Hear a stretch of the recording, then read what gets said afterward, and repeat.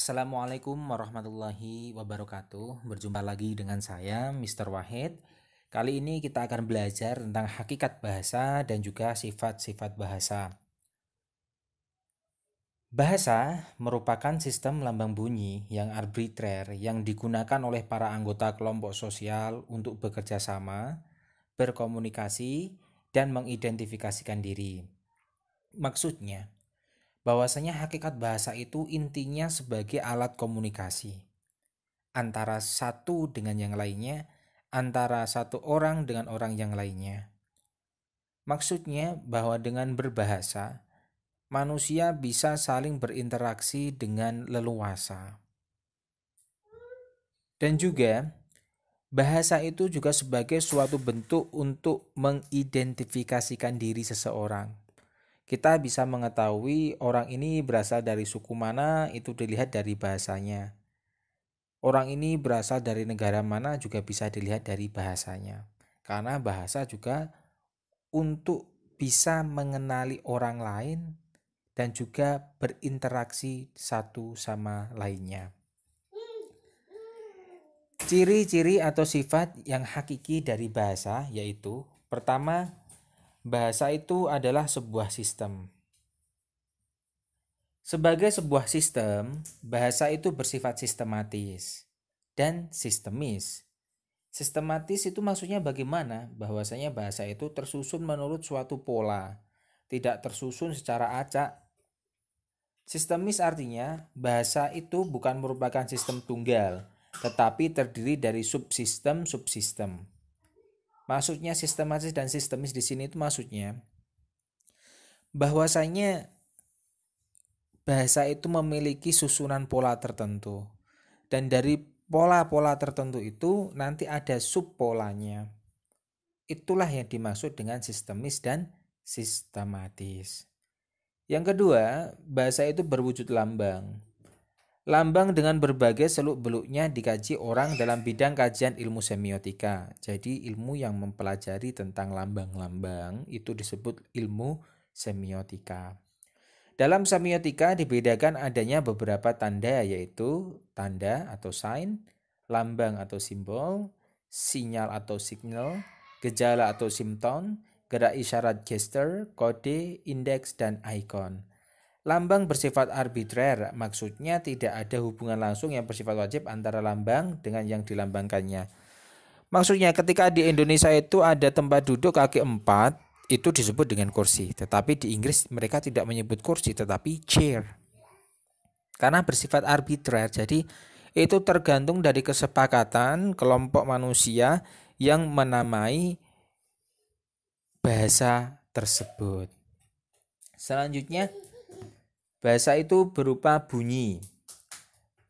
Bunyi merupakan kesan pada pusat saraf sebagai akibat dari getaran gendang telinga yang bereaksi karena perubahan dalam tekanan udara. Bunyi bahasa adalah bunyi yang dihasilkan alat ucap manusia, tetapi juga tidak semua bunyi yang dihasilkan oleh alat ucap manusia termasuk bunyi bahasa. Contohnya, ketika mendengkur itu bukan bahasa ya, tetapi umumnya semua yang kita hasilkan dari alat ucap kita itu disebut dengan bahasa.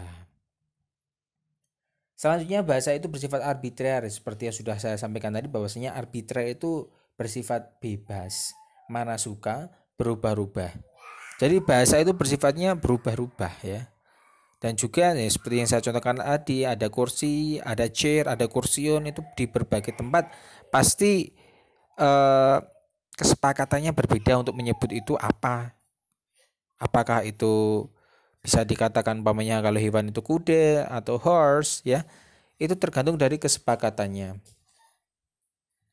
Selanjutnya bahasa itu bermakna. Salah satu sifat hakiki dari bahasa adalah bahasa itu berwujud lambang. Sebagai lambang, bahasa melambangkan suatu pengertian, suatu konsep, suatu ide, atau suatu pikiran yang ingin disampaikan dalam wujud bunyi itu. Maka dapat dikatakan bahwa bahasa itu mempunyai makna. Karena bahasa itu bermakna, maka segala ucapan yang tidak mempunyai makna dapat disebut bukan bahasa. Nah, jadi intinya bahasa itu memiliki makna. Ketika itu nggak punya makna, itu bukan bahasa. Karena itu tidak membuat orang lain paham. Yang keenam, bahasa itu bersifat konvensional. Maksudnya apa bahasa bersifat konvensional? Bahwasanya meskipun hubungan antara lambang bunyi dengan yang dilambangkannya itu bersifat arbitrer, tetapi penggunaan lambang tersebut untuk suatu konsep tertentu bersifat konvensional. Maksudnya semua anggota masyarakat bahasa itu mematuhi konvensi bahwa lambang tertentu itu digunakan untuk mewakili konsep yang diwakilinya. Contohnya meja. Di Indonesia itu kalau yang berbentuk kotak atau bundar dan digunakan untuk menulis sebagai alas pasangannya dengan kursi itu disebut dengan meja. Karena konvensinya seperti itu. Lalu yang disebut dengan manusia adalah makhluk hidup yang memiliki sifat-sifat seperti bisa bergerak, bernafas, membutuhkan makan, minum, bisa berpikir. Nah, itu konvensinya kita menyebut bahwa itu adalah manusia. Yang selanjutnya, bahasa itu bersifat unik. Bahasa dikatakan bersifat unik, artinya setiap bahasa mempunyai ciri khas sendiri yang tidak dimiliki oleh bahasa lain. Ciri khas ini bisa menyangkut sistem bunyi, sistem pembentukan kata, sistem pembentukan kalimat, atau sistem-sistem lainnya. Jadi memang bahasa itu memiliki ciri khas sendiri-sendiri.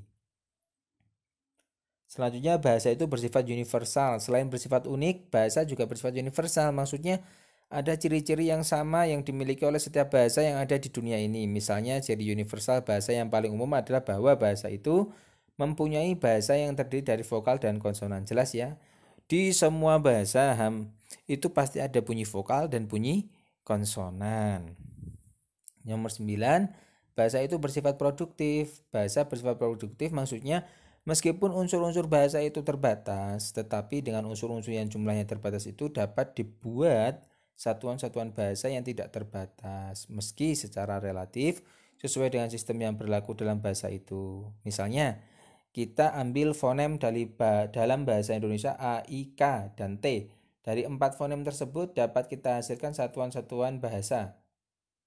Ikat, kita, kiat, kait. Nah, itulah yang dimaksud bahwa bahasa itu bersifat produktif. Dari beberapa kata, dari beberapa huruf ya, fonem tadi bisa menjadi kata, lalu kata itu nanti bisa menjadi frase, frase nanti bisa menjadi kalimat. Selanjutnya, bahasa itu bervariasi. Maksudnya anggota masyarakat suatu bahasa biasanya terdiri dari berbagai orang dengan berbagai status sosial dan latar belakang budaya yang tidak sama. Karena perbedaan tersebut, maka bahasa yang digunakan menjadi bervariasi. Ada 3 istilah dalam variasi bahasa, yaitu idiolek, dialek, ragam. Idiolek merupakan ragam bahasa yang bersifat perorangan.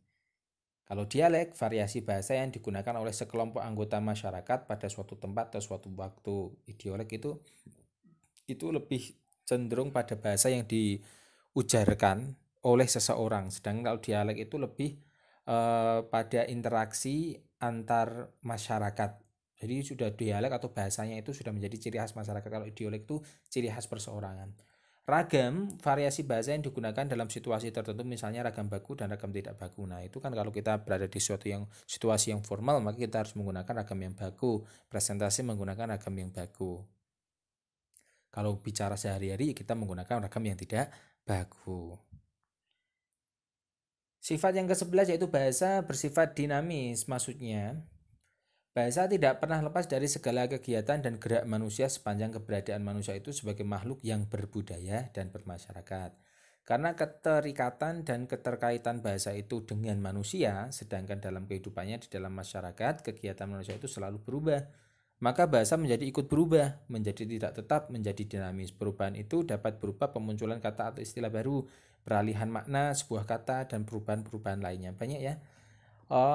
Bahasa itu selalu bersifat dinamis, akan selalu ada penambahan kosakata baru diiringi atau itu mengiringi penambahan kosakata baru itu mengiringi peristiwa baru yang terjadi di masyarakat atau fenomena baru yang terjadi di masyarakat atau temuan baru yang ada di masyarakat. Contoh pada mungkin tahun 50-an itu belum ada komputer ya, maka tidak ada bahasa komputerisasi.